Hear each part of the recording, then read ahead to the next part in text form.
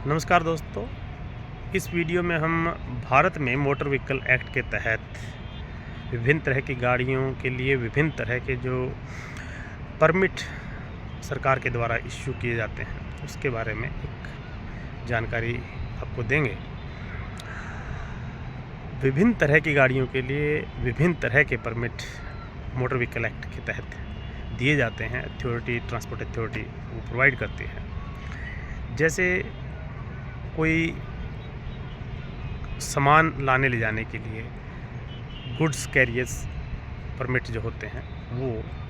सरकार के द्वारा दिए जाते हैं, और जिनके गाड़ियों में सामान लाया ले जाया जा सकता है उस तरह की जो कमर्शियल गाड़ियां हैं उसके लिए गुड्स कैरियर्स परमिट सरकार प्रोवाइड करती है, जो कि मोटर व्हीकल एक्ट में है। उसके बाद अगर हम बात करें तो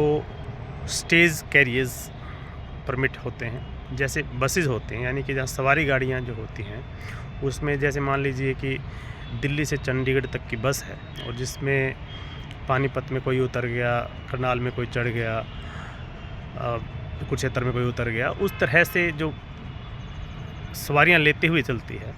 एक जगह से लेकर के दूसरे डेस्टिनेशन तक, और जिसमें बीच में भी सवारियाँ चढ़ और उतर सकती हैं, उस तरह का जो परमिट दिया जाता है उसको स्टेज कैरियर्स परमिट कहते हैं। फिर कॉन्ट्रैक्ट कैरियर्स परमिट होता है। कॉन्ट्रैक्ट कैरियर्स परमिट में एक पॉइंट से दूसरे पॉइंट तक, यानी दिल्ली से चंडीगढ़ अगर जाना है तो उसमें एक मुश्त जो किराया या वो सिस्टम जो होता है कि उसमें पूरा का पूरा व्हीकल, ऐसा नहीं होता है कि कोई सवारियाँ बीच में चढ़ेंगी उतरेंगी, उनकी अलग से टिकटें होंगी, ऐसा नहीं होता है। इसमें पूरा का पूरा 1 पॉइंट टू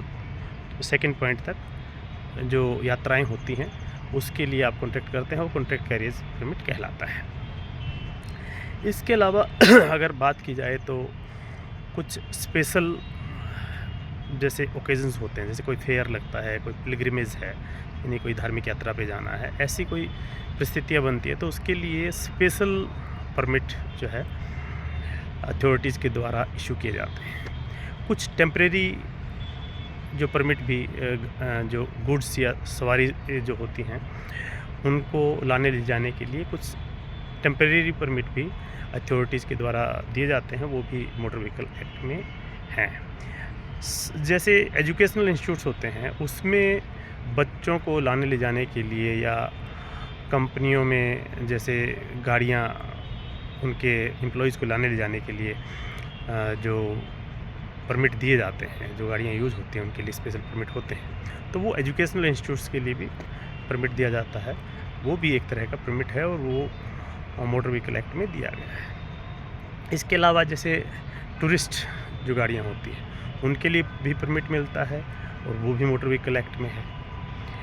इसके अलावा अगर हम बात करें तो स्पेसिफिकली एक आध जो बच गया वो नेशनल परमिट, यानी जो सामान जो ढोने वाली गाड़ियाँ हैं उनका नॉर्मली एक स्टेट का परमिट होता है, लेकिन एक स्टेट से ज़्यादा, जैसे 4 स्टेट से ज़्यादा अगर वो परमिट बनवाते हैं तो वो नेशनल परमिट हो जाता है। यानी कि पूरे देश में अगर किसी को सामान लाने ले जाने के, ट्रांसपोर्ट के बिज़नेस में इन्वॉल्व होना है तो फिर वो इस तरह के परमिट लेते हैं जिसको नेशनल परमिट कहा जाता है। तो ज़्यादा डिटेल में एक एक तरह के परमिट को हम आगे के किसी वीडियो में बताएंगे, बट ये एक जनरल ओवरव्यू था कि मोटर व्हीकल एक्ट के तहत किस किस तरह के परमिट